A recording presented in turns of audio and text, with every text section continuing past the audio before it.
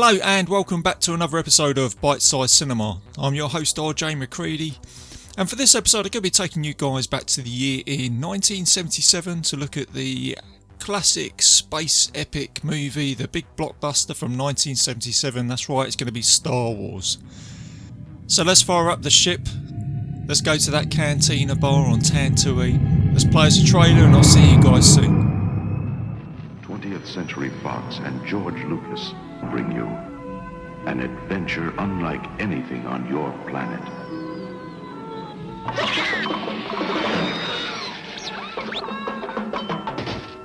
Star Wars. Stop that ship! Faster!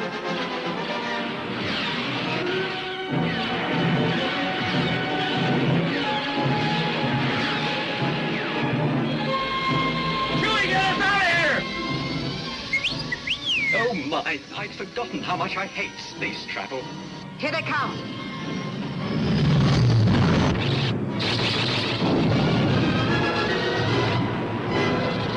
You're coming in too fast! The story of a boy, a girl, and a universe. Help me, Obi-Wan Kenobi. You're my only hope.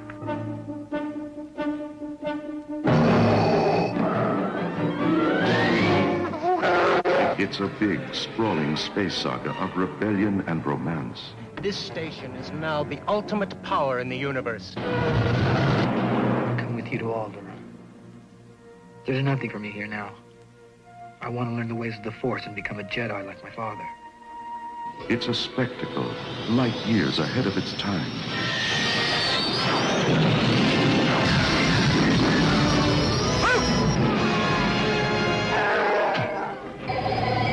It's an epic of heroes. Good luck! Hit the accelerator! And villains.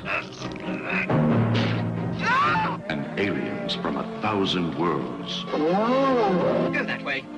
You'll be malfunctioning within a day, you nearsighted scrap pile.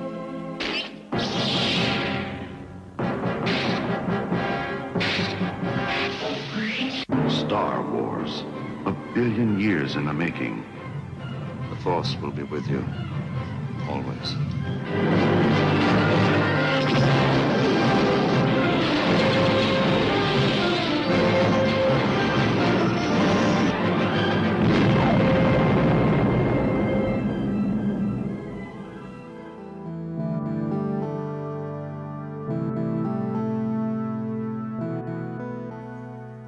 And welcome back, guys. So the synopsis for this film is Luke Skywalker joins forces with a Jedi Knight, a cocky pilot, a Wookiee and 2 droids to save the galaxy from the Empire's world-destroying battle station, while also attempting to rescue Princess Leia from the mysterious Darth Vader. It's got 121 minute runtime, it's a PG and it's classed as a action-adventure fantasy. It was written and directed by George Lucas, who was just starting out his directing career at this time, and he just previously directed a film called American Graffiti, which also starred Harrison Ford, who's in this movie as one of the big players. And then after the success of Star Wars, Lucas would then go on to produce Indiana Jones, Raiders of the Lost Ark with Steven Spielberg, which is another iconic franchise. So Lucas was having a ball in the late 70s, early 80s. And then talking about someone who's having a ball at this time in the sort of late 70s, early 80s is John Williams, who did the magnificent soundtrack to this movie. And another iconic composer. I mean, he did the music to E.T., which was a smash hit around about this time. Indiana Jones, Raiders of the Lost Ark. And then before this he did Jaws. The guy was on fire. It's just, he's iconic, you know his stuff, his music is magnificent. So you could say that there was a golden age of cinema going on around about this time. But before I go into talking about the production of Star Wars, just to talk about the cast and who was in this film. So the film stars some legendary actors and some new actors who would become iconic. So I start with the legends. You've got Peter Cushing in this film, who is the legendary Hammer horror guy. He plays the villainous Tarkin in this film. You've got Alec Guinness. I think he already had about 150 acting credits to his name here. He's more famous for being in The Bridge on the River Kwai, and he plays Obi-Wan Kenobi. And then you got Mark Hamill, who does a great job as Luke Skywalker, the iconic Harrison Ford, who plays Han Solo, Carrie Fisher as Princess Leia, Anthony Daniels as C-3PO, Kenny Baker as R2-D2, Peter Mayhew as Chewbacca, and David Prowse as Darth Vader. And I'm also going to give a shout out to Dennis Lawson, who plays Red 2 as Wedge Antilles, and he's probably one of the coolest X-Wing pilots. He's going to be your best wingman when you're fighting the Death Star. And a little bit of trivia there, because I will get into this later on, but he's actually he's an uncle to Ewan McGregor, who would later go on to play Obi-Wan Kenobi. So there you go, chuck a little bit of trivia in there just for now, so I'll get into that later on. So there you go guys, there's the director, the actors, the film composer, and it's worth mentioning now that this film had a $11 million budget back in 1976 when this was made. So it's probably a modest budget back then, but then it would go on to make $775 million. This film blew it out of the water, and it would later go on to spawn a massive franchise which goes on till today. It spawned the Lucasfilms production. You had some groundbreaking special effects with the Industrial Light and Magic, and then just to top that, Disney would then go on to buy Lucasfilms from Mr. Lucas for $2.1 billion in cash. There you go. So he hasn't done too bad, Mr. Lucas. But what I'm just about to go on to now is the production of Star Wars. And back in the early 70s, the road to making Star Wars was an unsteady one for Mr. Lucas, who actually thought that this film was going to flop, and he didn't really think anybody was going to like it. So I'll talk about that right now. So back in the very early 70s, George Lucas was just starting out as a film director, writer, who was very keen to try and make a movie, and he wanted to make Flash Gordon, and he tried to obtain the rights from Hollywood, but they wouldn't release them. He even asked for help through Francis Ford Coppola, who made The Godfather and Apocalypse Now, and he was still unsuccessful in trying to obtain the rights. So he went away and he penned a small independent sci-fi movie called THX 1138, which was a kind of bleak sci-fi film. He said it wasn't really what he wanted to do, but it kind of got him onto the block, and then he would go on to write and direct American Graffiti, which did a little bit better at the box office. This then got him on a few more runs of the ladder into Hollywood, and whilst he was climbing this ladder slowly in Hollywood and directing these films and just trying to make a name for himself, he was writing Star Wars. And Star Wars was based on the old Japanese samurai films and like the Merlin stories. He was making a space opera with all those mythical themes from, like say, Excalibur, the samurais, and Star Wars actually parallels a 1958 samurai movie called The Hidden Fortress, which is about two peasants which agree to rescue a woman from a fortress who turns out to be a princess. So there you go, there's a few echoes of Star Wars there with that. And Luke Skywalker was originally supposed to be called Luke Skykiller, and he was originally going to be an older character like Obi-Wan Kenobi. And Han Solo and Chewie are supposed to be a couple of, Han Solo particularly was going to be a green alien. So there was some different ideas being toyed around with before we actually got to the final movie, and George Lucas actually had the whole story written out for the actual prequels, which we got later on, and all the other movies after this, including Empire Strikes Back and Return of the Jedi. But he made Star Wars as a standalone movie. That's why after the success of Star Wars, they changed the title and turned it into A New Hope, and then that's why you get the iconic screen introduction at the beginning of the film. So along with a script and a screenplay, Lucas would go round to all the studios, Universal, United Artists, even Disney. They all turned it down, except 20th Century Fox. They gave him a break. They gave him $11 million to go and make this film. And is an incredible story, guys. I'm just sort of tipping the top of the iceberg here, but generally what the general consensus I'm getting here from Lucas is that he wasn't sure. I think he got a little bit overwhelmed. He went to the Tunisia Pinewood Studios to go and make this film, and even when he was making it, he was still thinking, is anybody really going to like this film? He was thinking, I'm not sure now whether I'm actually making a decent sci-fi movie. I think everybody's going to laugh at me. But along the way, I think he had some great support. He had some great guys with the special effects and all that, and you know, John Williams to help him out with the score. Harrison Ford got the role over Kurt Russell. That's worth just mentioning. There could have been Kurt Russell as Han Solo, but George Lucas hired his carpenter, the guy that was putting the shelves into his office at the time.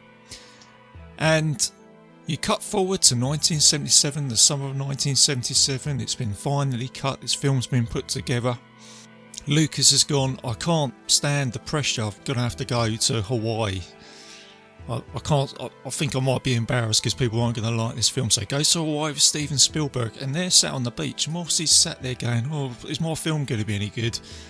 Spielberg's going, I've got this idea for a film called Indiana Jones. And they're penning Indy while Star Wars is at the cinema, and then boom, it explodes. It was epic, and you know it, guys. I don't even have to say it, but Star Wars spawned a massive franchise, had a massive return. Everybody loved the film. And then, this is worth mentioning as well, there was a little toy market called Kenner. Now this is the other thing. Lucas wanted toys to be made for the film. He went to Mattel. They're the guys who made the toys and the successful cartoon series of He-Man. They turned it down. They didn't think the film was going to be a success. Kenner took it on. They put a few figures together, but because this film went boom, Kenner couldn't accommodate the market. They couldn't produce these toys enough. So then you had the empty box campaign. So they're basically giving children an empty box, saying that this box will guarantee you a figure in about 3 months' time when we can actually produce these toys. But people were still buying the toys, still, you know, sold with the idea. Kids loved it, and to this day, those toys are expensive. You know, you buy them online; they're worth a lot of money, and they're iconic. So, all in all, George Lucas was worrying about nothing. But God bless him. God bless him, man. He had this idea. He wasn't cocky about it, and that's what I like about it. I still can't forgive him for Kingdom of the Crystal Scroll. I won't go into that, but you know, to be fair to him, he spawned a great franchise which we all know and love. And personally, A New Hope is actually my favourite Star Wars. Empire's epic. I get whilst that is the favourite, it is an epic Star Wars film. Return of the Jedi. But there's something about A New Hope. I don't know what it is. I think ultimately it's because it was made as a standalone film. So again, I always say this. I always pick a film. If someone come up to me and said, RJ, I've never seen a Star Wars movie, I'd say just go and watch A New Hope. Out of all of them, watch that one. That is it's your building block for the franchise. It's just got everything in it. And I think if Star Wars didn't do very well, I think this would still be like a great iconic film. And the only other film of recent times which I think captured the New Hope was Rogue One. I really felt like they just answered that sort of fan request, certainly from someone like myself, say, finally someone's made a Star Wars movie where they're kind of just delving into those characters in the Cantina bar, thinking, oh, they're cool characters, wouldn't mind seeing a little bit more about them. And I think The Mandalorian's doing the same as well. I haven't seen The Mandalorian, but what I'm hearing from the fans is good stuff, you know, going back to that sort of gritty Star Wars from A New Hope and like Empire. So, but all in all, I would say that there's probably something for everybody in the franchise, and people probably have their favourites and stuff like that. So there you go, guys. That's really the tip of the iceberg for Star Wars from me. It's there's a lot more online trivia wise. It's amazing. It's great stuff. If you get a little bit of time, go and read it. If you're a fan, you probably already read it, but that is a build up of how we got to Star Wars and New Hope. So let's have a look at a bite-sized review of Star Wars. So in a galaxy far, far away, rebel spies have stolen plans to the Galactic Empire's Death Star. And Princess Leia, who is a secret rebel leader, is trying to get away from an Imperial Star Destroyer, and you get that iconic scene where it comes onto the screen. The Star Destroyer intercepts their ship, and you get a battle between the rebels and the stormtroopers, to where one of the stormtroopers accidentally bumps his head as he comes on board. But they overpower the ship. Princess Leia tries to get away. There's no hope in that, so she puts the plans to the Death Star into two of the iconic robots, R2-D2 and C-3PO, along with the plans, escape the ship in a garbage unit and go to the planet of Tatooine. And whilst they're escaping, this is where you get introduced to the iconic bad guy Darth Vader, who comes on board the ship, and he captures Princess Leia and takes her back to the Death Star, where he tries to interrogate her for the plans. And it's worth mentioning that that is voiced by James Earl Jones, which I forgot to mention earlier, and the guy under the suit is David Prowse, who famously played the Green Cross Roadman on TV back in the 70s. He was keeping us safe on the roads. So there you go, just a little bit of trivia there.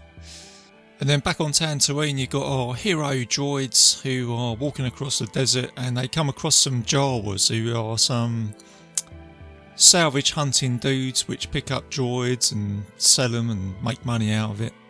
And this is where their paths cross with Luke Skywalker and his Uncle Owen, who are purchasing droids and buying salvage. And because Skywalker's uncle needs someone to translate a language for him, he purchases C-3PO, leaving R2 behind. But because old Red One, another droid that blows up, he says, yeah, I'll take R2 as well. So they join Luke Skywalker and share some stories about the rebels and the battles with the Imperial Empire.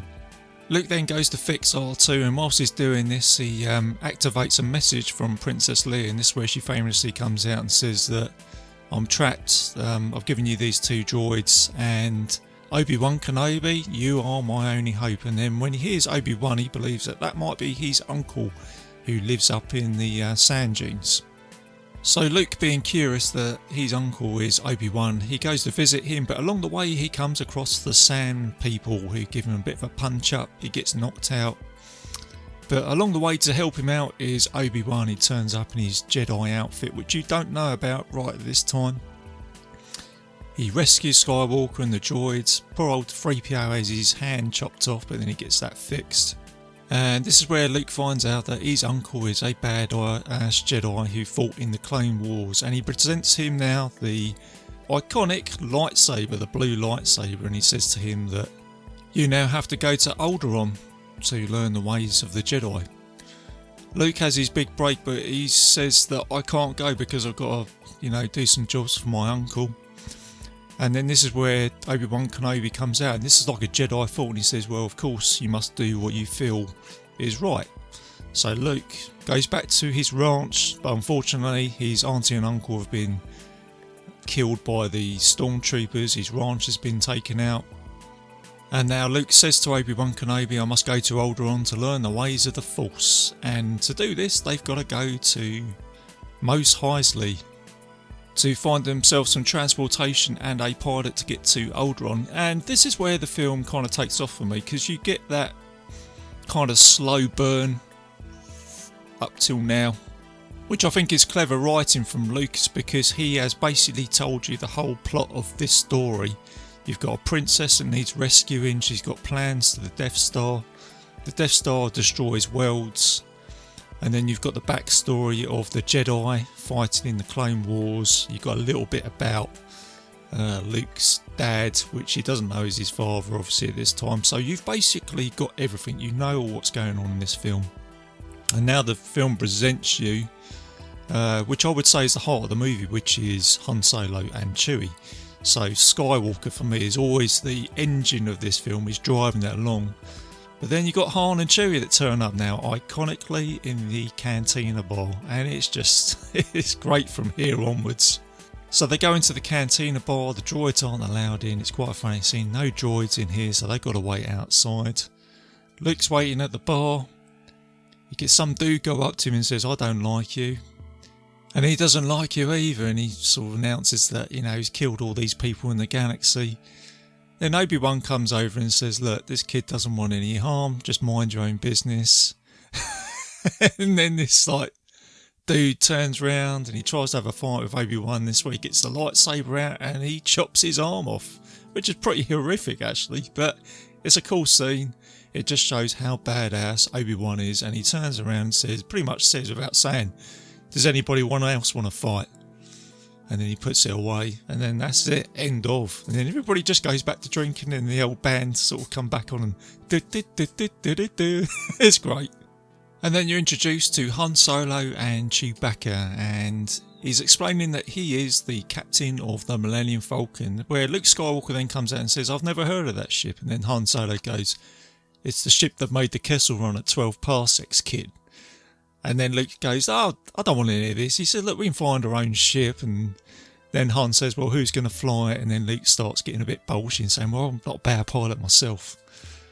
And then Obi-Wan cuts in and says, look, I give you 12,000 centons or whatever they call the money in Star Wars, and then 17,000 later and that. And then he says, take us to Alderaan with no questions asked. So Han agrees. He says to Chewie, he says, this may really save my skin. He says, I'll meet you at the hangar.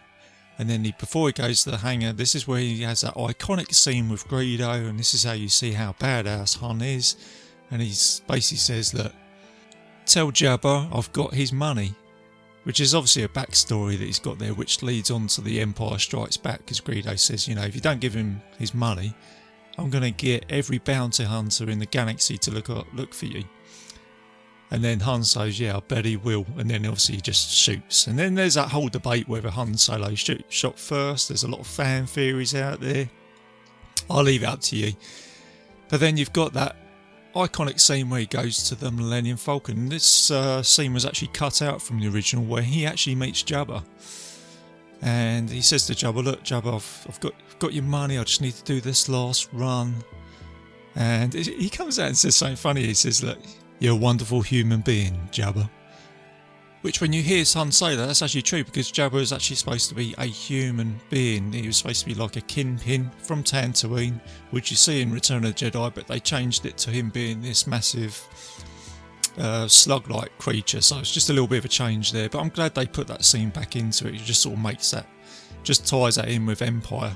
So Han is setting up the Millennium Falcon, but they've got the Stormtroopers hot on their tail. But before they get on board, this is where Han iconically comes out and says, it don't look much, kid, but it's got it where it counts. And then, as you're just about to get on board, you get all the Stormtroopers coming in, you get a firefight here. It's a pretty cool scene. Han runs on, he's going, Chewie, fire up! And he gets on board the seat, and they fly out from Mos Eisley, and it's a cool scene where they fly over the Stormtroopers, and then they go into outer space. Then whilst on their way to Alderaan, and Han saying, well, don't thank me all at once, you've got that great board game of the Wookiee playing with those little creatures, and this is where Han says, don't mess about with the Wookiee because he will rip you apart. And then Luke is playing with the lightsaber. He's putting on the mask with the blast sheet, and he's just learning the ways of the Force. And this is where Han says, oh, it's just all a load of hocus pocus, no one's involved with my destiny. And then this is where Obi-Wan Kenobi says, well, I'm not sure about that. And then it cuts to a scene back onto the Death Star, where General Tark is talking to Princess Leia, and he's trying to get out from her where the rebel base is. She doesn't tell him, and then he says, look, I'm going to show you the power of the Death Star, and then he blows up Alderaan. And at this point in the movie you realise how powerful that is and how important it is for the rebels to get the plans. Goes back to the Millennium Falcon, and Obi-Wan realises that Alderaan has been destroyed. The Falcon comes across an asteroid field, and as they're flying through, this is where you get that iconic scene where Luke Skywalker comes out and says, is that a moon? And then Obi-Wan goes, that's no moon, that's a space station. And then the space station or the Death Star draws in the Millennium Falcon. You get a great scene here where it's sort of flying into the port, or it's being taken into the port. They hide in the Falcon, the stormtroopers come on board, they can't find them. And then this is where you kind of get that sort of uneasy alliance between Han Solo and Luke to say, this is where the princess is, and Han's basically saying, look, I'll rescue the princess as long as I'm going to get paid, because I'm getting more than what, I'm bargaining for here, pal. Luke comes up with an idea to use the stormtrooper suits to go around in disguise and make it look like they've captured the Wookiee. They go to the cell block. Luke goes into the cell, he sees Princess Leia, and Princess Leia goes, aren't you a little bit short for a stormtrooper? And then this is where he takes his helmet off and goes, I'm Luke Skywalker, I'm here to rescue you. I'm here with Obi-Wan Kenobi. And then she goes, Obi-Wan Kenobi? And then you get this great firefight here between Han and the stormtroopers. And then Han, very iconically, is talking to the guy on the intercom, and he says, oh, it's okay, there's a little bit of a malfunction here, but we're alright. And this is probably about as wooden as you're going to see Han Solo, because he's going, I'm okay, how are you? And it's like, yeah, what's going on down there, the intercom guy? And then Han's gone, oh, I don't know what to say, he just shoots the mic and he just goes, boring conversation anyway. And he goes, Luke, we're in trouble. That's great. And apparently Harrison Ford purposely did not read any lines for that, just to make it a little bit wooden and not really know what he's saying, just to make that sort of bit of character there. So he pretty much ad-libbed that role, which is cool. So you get a pretty cool firefight here, and the only way out for our heroes is through a garbage chute. And you get Han again saying, this is a great idea, princess, look at where you've got us. And then the garbage chute starts to sort of, the walls start to close in, there's a monster under the water. But lucky enough, Luke Skywalker's got the intercom and he manages to get R2-D2 to get them out of that chute. And as I said earlier, guys, from the moment they've met Han Solo with the Millennium Falcon, the pace of this movie is incredible. It really does move and it doesn't really halt. So once they get out of the garbage chute, you've then got Han and Chewie, they're running down the corridor and they start shooting up the stormtroopers. They see the Millennium Falcon, and Obi-Wan creates a diversion for them to try and get to the Falcon. Our heroes split up. You've got Luke and Leia doing this iconic scene where he glides across a bridge with the stormtroopers shooting them, and then they reunite with Han and Chewie and manage to get back to the Millennium Falcon. They see that the stormtroopers are distracted and Han says, right, that's our chance, let's get to the Falcon. But as Luke Skywalker's running across, he looks over and he sees Obi-Wan fighting with Darth Vader. And Darth takes down Obi-Wan. But before this, Obi-Wan says, if you strike me down, I will become more powerful than you can ever imagine. And it's kind of like a Jedi lore, which you kind of find out a little bit more in Empire. Luke runs over, but then Han manages to save him and says, look, there's nothing more you can do, kid. They get on board the Falcon and they escape. But then whilst they're escaping, it doesn't hold there. You've got a squadron of TIE fighters which intercept them. And again, you've got another iconic scene where Han says, right, let's go, kid. And they get onto the gun turrets and you get a great shootout here with the Falcon fighting the TIE fighters. They take out the fighters, they manage to get away, and Han is beginning to realise that Luke Skywalker can hold his own. And he says, look, after all this, if you want a job, you can have it. And he's also showing a little bit of love interest with Princess Leia, but there's like a sort of love-hate relationship going on here with him. Princess Leia gives them the coordinates to the rebel planet of Yavin, and they go to the rebel base, where the rebel base is setting up for an attack on the Death Star with the X-Wings and the Y-Wings. And unknown to them, Darth Vader put a sneaky tracking device on the Millennium Falcon to find the rebel base, so time is running out. Luke now decides to help the rebels as a X-Wing pilot with R2-D2 as his companion. There's a briefing on how to destroy the Death Star with the rebel plans which were stolen. And the only way to destroy it is through some photon torpedoes going down into a very tiny chute to blow it up. And this is where Han Solo goes, that is a suicide mission. Let me just take my money and go. And this leads towards a altercation between Luke and Han, where Luke says, well, you just take your money, Han. Thanks for helping me out, but I guess that's all you really care about, isn't it? They go their separate ways, and whilst Luke is setting up his X-Wing, he comes across an old mate called Biggs, who is a friend of his from Tatooine, and he says, look, you know, I've been having some amazing adventures here with the Rebel Alliance, and I'll tell you all about all these stories later. And this leads on to probably one of the most epic final scenes in a sci-fi movie, where you got the attack of the X-Wings fighting the Death Star, and it's just amazing, it's brilliant. It's just, when I was talking about the pace of this film, it just does not stop after the rescue of Princess Leia, and now this ultimate battle. And even Lucas himself said that he wanted to mimic World War I and World War II dogfights, which is exactly what you get, but in space with X-Wings and TIE fighters, and you get the iconic scene where he's like Red 1 standing by, Red 5 standing by, and it's just brilliant. And they intercept the Death Star, and you've got the TIE fighters and the gun turrets. You've got some pressure, you get the X-Wings that are getting taken out left, right and centre. You get a failed attempt on the turret to actually blow it up. The Y-Wings are getting destroyed. R2 gets blown out. It really is, the pressure is on, and you just think, how are they going to do it? And all is left behind is just a handful of Rebel Alliance, including Luke Skywalker, who says, well, I'm going to have a go at this. Even Darth Vader's got into an X-Wing to say, look, I'm going to deal with this myself. And you get that scene where Luke is going down the turret, and you get Obi-Wan talking to him through like some sort of Jedi mind source, and he says, look, you know, just use the Force, Luke. And then Luke says, turns off all his equipment, and then the Rebel base are going, what are you doing? You turned it off, and he says, no, that's alright, trust me on this one. And he just uses the Force, and he fires the torpedoes, and it all works. But before he does that, you think Han has sold out on him. He comes back, the Millennium Falcon comes behind Darth Vader, takes him out, and this is where you get Han Solo go, woohoo, great shot, kid, that was 1 in a million. And then with the very few remaining X-Wings and Y-Wings and the Millennium Falcon, they fly away to the backdrop of the Death Star blowing up, and there you go, you get that ultimate final scene there.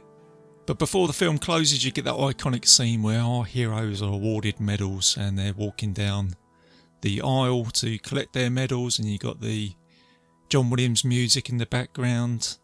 The droids have been polished up. Han gives Leia a little bit of a wink, and Luke Skywalker has finally become the hero that he wanted to be at the beginning of the movie.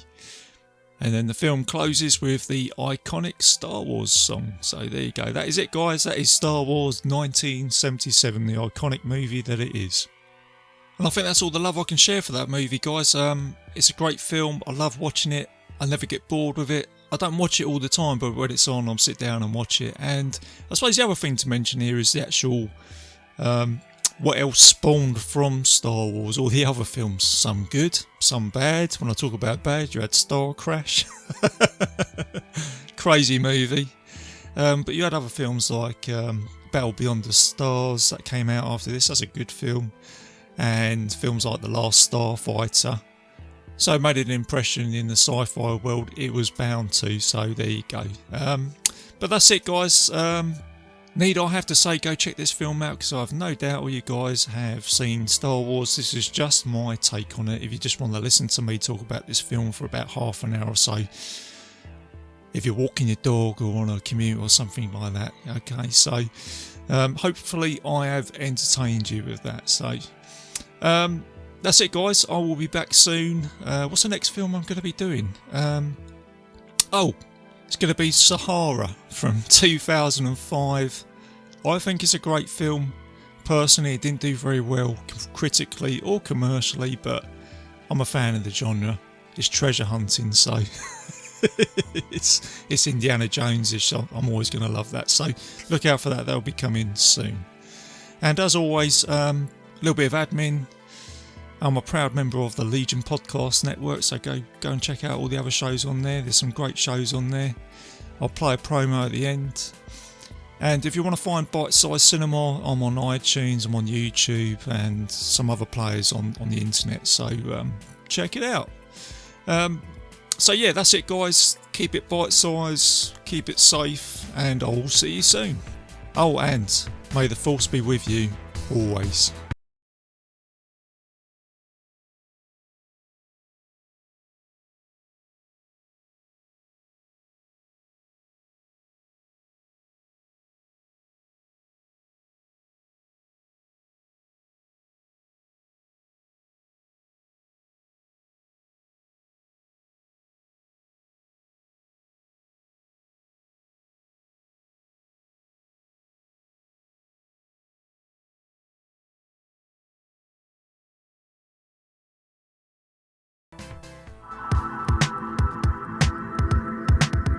If you enjoyed this show, then make sure you check out the other great shows on the Legion Podcast Network, like Cinema Psyops, Cinema Beef, Devour the Podcast, Duncan and Bo Come Correct, Exploding Heads Horror Movie Podcast, Friday the 13th, Get Slayed, The Helming Power Hour, Hello, This is the Doom Show, Hero Hero Go Show, Kill the Cast, Underwater Kaiju from Outer Space, Jerry Hates Action, Legion After Dark, Mental Health, Obsessive Cinema, Discourse, Pick 6 Movies, the podcast by The Cemetery, the podcast on Haunted Hill, the Psychosemantic Podcast, Rick Radio, House of Wax, Dude Looks Like the 80s, Rabbit and Red Radio, the Shadecast, Short Bus Cinema, 2 Drink Minimum Commentaries, the VD Clinic, Who Will Survive Horror Podcast, and Witch vs. the Doomsday Clock. With such a wide spread of shows, there is guaranteed to be a niche for you to fall in love with. Horror, politics, movies, books, sex, music, commentaries, health, video games, kaiju, action, news, comedy, and opinions that would most likely get you killed in some parts of the world. We are proud to bring you some of the best podcasting in the world. Check us out at www.legionpodcast.com, iTunes, Spotify, Stitcher, YouTube, and any other dark corner of the internet where podcasts can be found.